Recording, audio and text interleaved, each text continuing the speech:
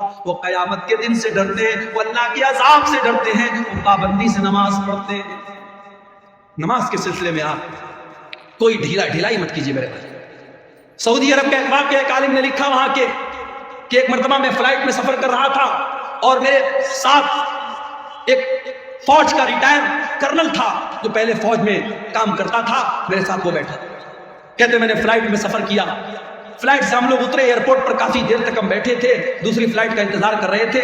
میں نے ایک بات نوٹس کی کہ تھوڑی دیر پر وہ انسان کسی کو فون کرتا ہے اور کہتا ہے کہ بیٹا آپ نے نماز پڑھ لیا؟ بار بار ظہر کا ٹائم آیا بیٹے سے پوچھ رہا ہے نماز پڑھ لیا، عصر کا ٹائم آیا بیٹا پوچھ رہا ہے نماز پڑھ لیا۔ میں نے پوچھا یہ کس سے آپ بار بار پوچھ رہے ہیں؟ فوج کا ریٹائر کرنل تھا سعودی عرب کا، اس نے اس مولانا کو جواب دیا کہ ہاں یہ میں اپنے بیٹے کو کال کرتا ہوں، اور میں ہر نماز کے ٹائم میرا معمول ہے اپنے بیٹے کو کال کر کے پوچھتا ہوں کہ تو نے نماز پڑھی کہ نہیں پڑھی۔ تربیت اس کو کہتے ہیں میرے بھائی۔ اپنے بچوں کو اچھا کھلا دینا، اچھا پہنا دینا، اچھے اسکول میں ایڈمیشن کرا دینا، ان کے گھر بنا دینا، ان کے لیے LIC لے لینا، ان کے لیے بینک بیلنس بنا دینا، معاف کرنا تربیت یہی نہیں ہے۔ تربیت یہ بھی ہے کہ آپ اپنے بچوں کی آخرت کی فکر کریں، اپنے بچوں کی نماز کی فکر کریں۔ اسی لیے اللہ قرآن میں کہتا ہے وَأْمُرْ أَهْلَكَ بِالصَّلَاةِ وَاسْتَبِرْ عَلَيْهَا، خود بھی نماز کی پابندی کرو اور اپنے بچوں کو نماز کا پابند بناؤ۔ اللہ کے نبی فرماتے ہیں مُرُوا أَوْلَادَكُمْ بِالصَّلَاةِ وَهُمْ أَبْنَاءُ 7 سِنِينَ، جب تمہارے بچے 7 سال کے ہو جائیں ان کو نماز کا حکم دو، وَاضْرِبُوهُمْ عَلَيْهَا، اور جب 10 سال کے ہو جائیں اور نماز نہ پڑھے تو ان کی پٹائی کرو۔ اچھا 7 سال کے بچے کو پیٹنے کا حکم نہیں دیا اللہ نے؟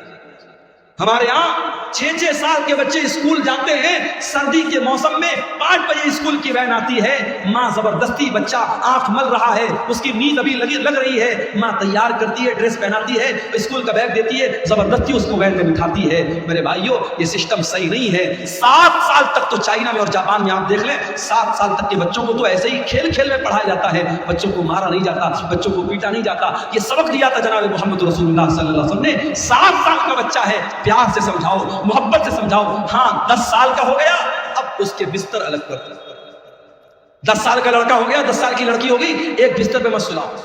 2 لڑکے ہیں ایک بستر پہ مت سلاؤ، بستر الگ کر دو، چادر الگ کر دو، کمبل الگ کر دو۔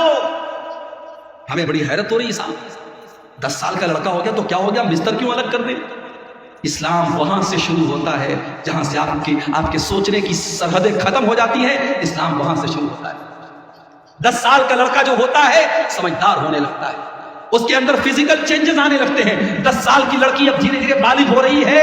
اسلام نے کتنا پاکیزہ مذہب ہے، 10 سال کا لڑکا یا لڑکی ہو جائے اسلام کہتا بستر الگ کر دو، تاکہ اب وہ جوانی کی طرف جب بڑھیں تو ان کے دل میں کوئی غلط خیال نہ آئے، اور ایک بستر میں اگر سوئیں گے تو ان کے دل میں غلط خیالات پنپ سکتے ہیں۔ اسلام نے بستر کو الگ کرنے کا حکم دیا، اور اللہ کے نبی نے کہا 10 سال کا بچہ ہو جائے اور نماز نہ پڑھے تو اس کی پٹائی۔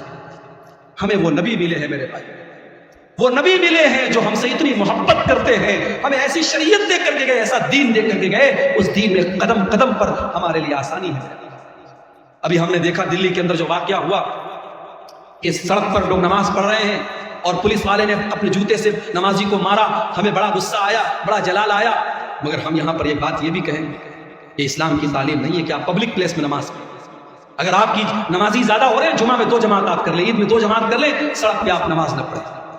ہم اپنے مسلمان بھائیوں کو یہ سمجھائیں گے کہ آپ کا سڑک پر نماز پڑھنا صحیح نہیں ہے، لیکن ہم ساتھ میں اپنے سرکار سے، حکومت سے یہ بھی کہیں گے کہ یہ بھارت میں قانون ایک ہونا چاہیے، 2 طریقے کا قانون نہیں ہونا چاہیے۔ کسی مذہب کے تہوار تو کھلے عام سڑکوں پر منائے جائیں اور تہوار منانے والوں پر پھولوں کی بارش کی جائے، اور دوسرے مذہب کا مسلمان اگر ہفتہ میں جمعہ کی ایک نماز پڑھ لے تو آپ کا پولیس والا اسے جوتوں سے مار رہا ہے۔ یہ 2 طریقے کے قانون نہیں چلیں گے۔ اور اگر مان لو حالات کبھی دنیا میں ایسے آ جائیں، ساری مسجدیں ختم ہو جائیں اور سارے جتنی اللہ کی مسجدیں ہیں ساری مسجدوں کو لوگ اٹھا دیں، گرا دیں، تب بھی معاف کرنا نماز بند ہونے والی نہیں۔ اس لیے کہ اللہ کے نبی فرماتے ہیں 6 چیزیں اللہ تعالیٰ نے مجھ کو ایسی دی ہے جو کسی اور نبی کو نہیں دی گئی۔ اوتیتو ستن لم یؤتہن احد قبلی، 6 چیزیں اللہ تعالیٰ نے اسپیشل مجھ کو دی جو کسی اور نبی کو نہیں دی۔ نمبر 1 اوتیتو جوامع الکلم، اللہ تعالیٰ نے مجھ کو جوامع الکلم دیا ہے۔ اللہ کے نبی کی زبان سے چھوٹے چھوٹے جملے نکلا کرتے تھے لیکن معنی بہت بڑا بڑا ہوتا تھا۔ چھوٹی چھوٹی باتیں، جیسے مثال کے طور پہ اللہ کے نبی نے فرمایا انما الاعمال بالنیات، عمل کا دار و مدار نیت پر ہے. چھوٹی سی حدیث ہے لیکن اس کے معنی اور مطلب بہت بڑا بڑا ہے. دوسری چیز وَنُصِرْتُ بِالرُّعْبِ مَسِيرَةَ الشَّهْرِ، اور میرے دشمن کے دل پر میرا رعب و دبدبا ڈال دیا گیا ہے. میرا دشمن 1 مہینے کی دوری پر بھی اگر مجھ سے ہو، اس کے دل میں میرا رعب و دبدبا ڈال دیا گیا ہے.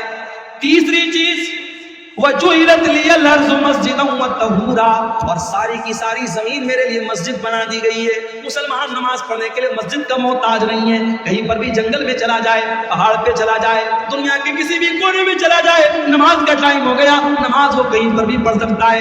پاک صاف جگہ ہونی چاہیے. اگر پانی نہیں مل رہا ہے، اس کے لیے ساری زمین پاک بنائی گئی، وہ کہیں پر بھی زمین پر ہاتھ مار کر کے تیمم کر سکتا ہے. ساری زمین اس کے لیے پاک بنائی گئی، ساری زمین اس کے لیے مسجد بنائی گئی. یہ ہمارے اسلام کی خاصیت ہے. ہمارا دین بڑا آسان دین ہے. جاڑے کا موسم ہے، ہم نے موزہ پہنا ہے، سفر میں ہم نکلے ہوئے ہیں، موزہ نہیں اتار رہے ہیں. اسلام کہتا کوئی مسئلہ نہیں، تمہیں پیر دھونے کی ضرورت نہیں. وضو کر کے اگر آپ نے موزہ پہنا ہے اور سفر کی حالت میں آپ ہیں تو 3 دن تک آپ اسی موزے کو پہنے رہیے اور اس پر مسح کر لیجیے. پیر کو دھونے کی ضرورت نہیں ہے. ہاں اگر اپنے گھر میں ہے تو 24 گھنٹے تک آپ مسح کر سکتے ہیں. 24 گھنٹے کے بعد آپ موزہ اتار لیجیے، پیر دھو کے پھر سے موزہ پہن لیجیے، وضو کر کے پھر سے پہن لیجیے. آسانیاں ہیں ہمارے دین. سفر میں ہم نکلے، ابھی ہمارے کٹیہار کے بعد احباب ہیں، کل ہم لوگ یہاں سے جمعہ پڑھ کے جامتاڑا گئے تھے، 350 کلومیٹر دور گئے تھے. سفر میں نکلے ہیں، نماز کا ٹائم ہوا، ہم 4 رکعت والی نماز کو 2 رکعت پڑھے. سنت پڑھنے کی ضرورت نہیں ہے، فجر کی سنت پڑھیں گے، باقی کوئی سنت پڑھنے کی ضرورت نہیں.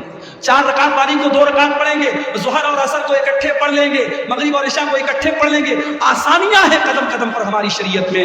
میرے پیارے ساتھیوں، یہی بات ہے جو اللہ قرآن میں کہہ رہا ہے لقد جاءکم رسول من انفسکم عزیز علیہ ما عنتم، ہم نے تم کو وہ نبی دیا ہے جو تمہیں جان سے زیادہ پیار کرتا ہے.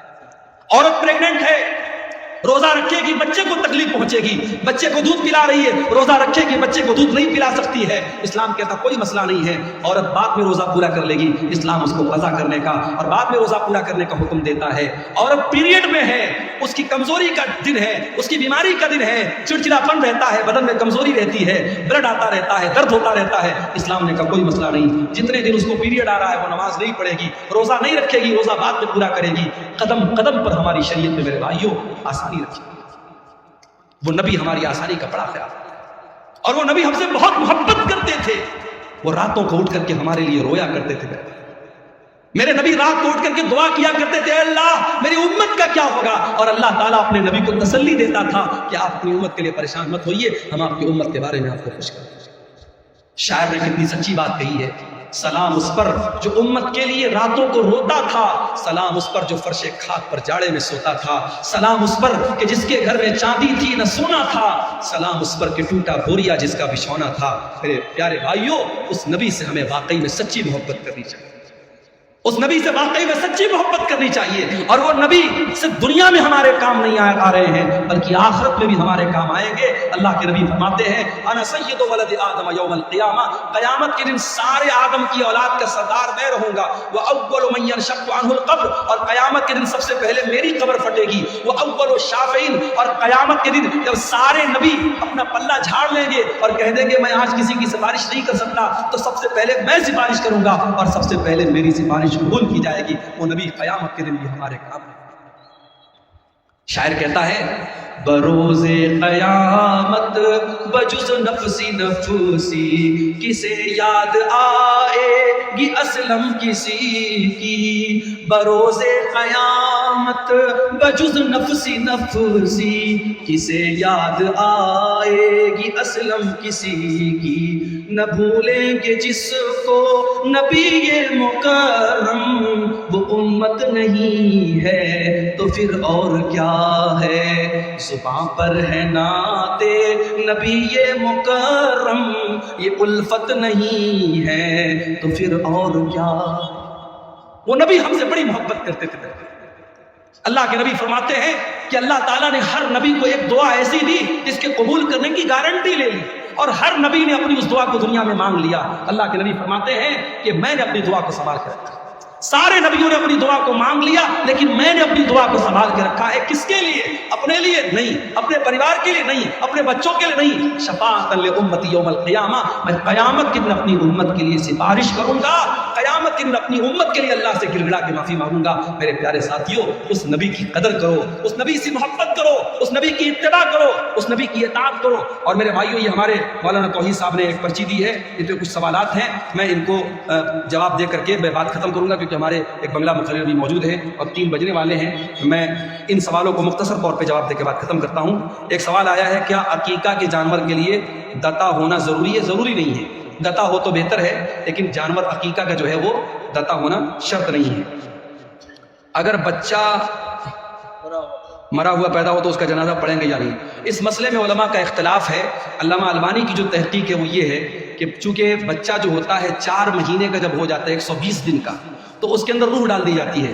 ماں کے پیٹ میں بچہ جب 4 مہینے کا ہوتا ہے اس کے اندر روح ڈال دی جاتی ہے، اس لیے 4 مہینے کے بعد جب بھی وہ پیدا ہوگا، اگر وہ جنازہ پڑھنے، اگر وہ غسل دینے لائق ہوگا تو غسل دیں گے اور کفنائیں گے اور جنازہ بھی پڑھیں گے، اور یہی بات زیادہ مضبوط سمجھ میں آتی ہے دلیل کی روشنی میں۔ تو بہتر یہ ہے کہ اس کا جنازہ پڑھیں گے۔ اگر کوئی نہیں پڑھتا ہے تو کوئی گناہ کی بات نہیں ہے، لیکن دلیل کی روشنی میں زیادہ مضبوط بات کی ہے۔ کیا غیر مسلم کا روپیہ مسجد میں لگا سکتے ہیں؟ لگا سکتے ہیں، مگر ایک شرط ہے، اگر وہ غیر مسلم کوئی ایسا کاروبار کرتا ہے جو پورا کا پورا حرام کاروبار ہے تو وہ پیسہ پھر ہم مسجد میں نہیں لگائیں گے، اس کو منع کر دیں گے، بھائی تمہارا پیسہ ہم نہیں لے سکتے۔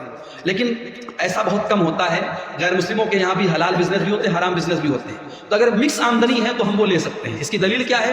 نبی کے دور میں مکہ کے کافروں نے اللہ کے گھر کو، خانہ کعبہ کو بنایا تھا آپس میں چندہ کر کے، لیکن وہ لوگ بھی خانہ کعبہ کی بڑی عزت کرتے تھے، تو انہوں نے حلال آمدنی سے ہی بنایا تھا۔ تو اللہ کے نبی نے جب خانہ کعبہ کو فتح کیا تو آپ نے خانہ کعبہ کو یہ کہہ کے گرا نہیں دیا کہ وہ ان کی آمدنی سے بنا ہے، ان کے چندے سے بنا ہے، آپ نے اس بلڈنگ کو برقرار رکھا۔ تو یہ عمل اس بات کی دلیل ہے کہ غیر مسلم کا چندہ بھی ہم لے سکتے ہیں، شرط یہ ہے کہ اس کی آمدنی میں حلال آمدنی بھی شامل ہو۔ اگر مکمل حرام کی آمدنی ہے تو پھر ہم اس کا چندہ نہیں لیں گے۔ گائے یا بیل کا عقیقہ دے سکتے ہیں یا نہیں؟ نہیں دینا چاہیے، مناسب نہیں ہے، اس لیے کہ عقیقہ کے جانور میں جہاں بھی حدیث میں ذکر ہے چھوٹے جانور کا ذکر ہے۔ بعض علماء نے بڑے جانور کو جائز قرار دیا ہے، مگر دلیل کے اعتبار سے اس کی کوئی مضبوط دلیل نہیں ملتی۔ جہاں پر بھی حدیثوں میں ذکر ہے چھوٹے جانور کا ذکر ہے، آپ بکرا بکری کر سکتے ہیں، بھیڑا بھیڑی کر سکتے ہیں، دمبا وغیرہ کر سکتے ہیں، لیکن بڑے جانور کا ثبوت عقیقہ میں نہیں ملتا ہے۔ کیا سردار کے پاس فطرہ جمع کر کے کیا کریں گے؟ اس کو تقسیم کریں گے؟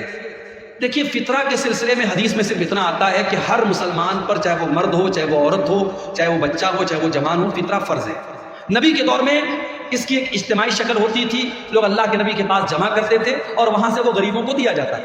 تو آج اگر آپ وہ شکل اپنا رہے ہیں، اپنے سردار کے پاس اکٹھا کر رہے ہیں اور وہاں سے وہ غریبوں کو دیا جا رہا ہے، بہت اچھی بات ہے، ہاں، تو کوئی حرج کی بات نہیں، کوئی دقت کی بات نہیں ہے، اجتماعی شکل میں دیا جا سکتا ہے۔ شرط یہ ہے کہ اس کا، دیکھیے زکوٰۃ ایک الگ چیز ہوتی ہے، فطرہ کی رقم ہم صرف فقراء اور مساکین کو دے سکتے ہیں، فطرہ کی رقم مسجد میں نہیں دے سکتے، فطرہ کی رقم سے امام کی تنخواہ نہیں دے سکتے، فطرہ کی رقم سے کسی مولوی کو نذرانہ نہیں دے سکتے۔ جو غریب اور فقیر اور مسکین لوگ ہیں ان کی ضرورتوں کو ہم فطرہ سے پورا کر سکتے ہیں اور کسی مسئلے کو اس کو نہیں لگا سکتے، کوئی حرج کی بات نہیں، اپنے سے بانٹ سکتے ہیں۔ کیا میت کے نام سے افطار کرا سکتے ہیں؟